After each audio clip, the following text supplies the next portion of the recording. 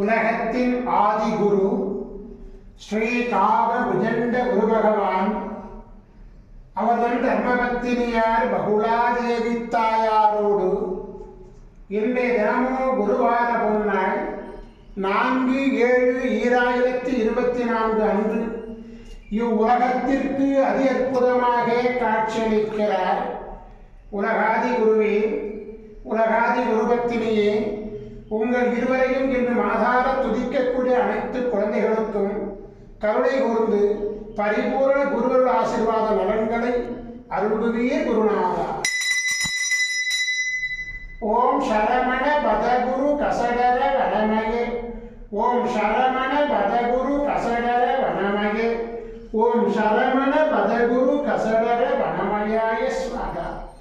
ஓம் சத்யநாதம் ஜோதிநாதம் மாகாளநாதம் பரமேஸ்வர ஆசீர்வாதம்.